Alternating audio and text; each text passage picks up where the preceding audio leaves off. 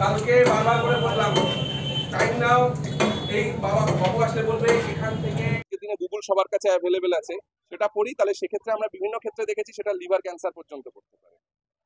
খাবারে মেশানো হচ্ছে এমন রং যা ইন্ডাস্ট্রিয়াল ক্ষেত্রে ব্যবহারের জন্য, অর্থাৎ বলা যেতে পারে বার্নিশ করার মতো রং, যে রং মানুষের শরীরে গেলে লিভার ক্যান্সারের মতো ক্যান্সার হতে পারে। এমনই চাঞ্চল্যকর ঘটনার সামনে আসে বুধবার সিউড়ি বাসস্ট্যান্ড লাগোয়া বিভিন্ন খাবারের দোকানে হানা দেয় জেলা স্বাস্থ্য দপ্তরের আওতায় থাকা জেলা খাদ্য সুরক্ষা আধিকারিকরা।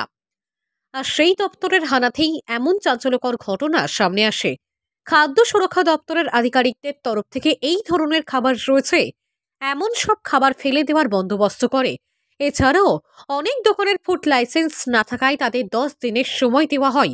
পাশাপাশি খোলা জায়গায় রান্না করা অথবা খাবার রেখে পরিবেশন করার ক্ষেত্রেও যাতে এমন কাজ না করা হয় তার জন্য কড়া বার্তা দেওয়া হয়।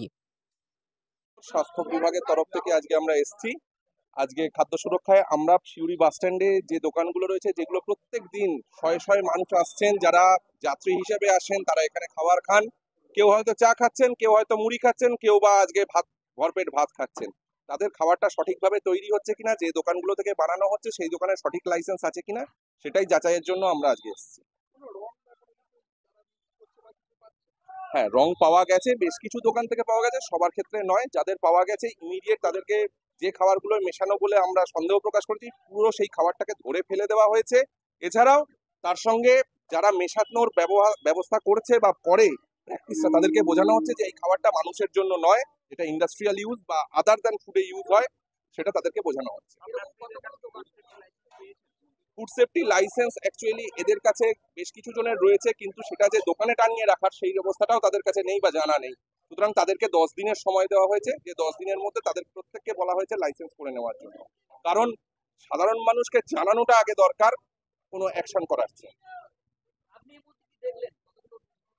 মোটামুটি 10টা দোকান এখনো অব্দি সকাল থেকে দেখতে পেরেছি।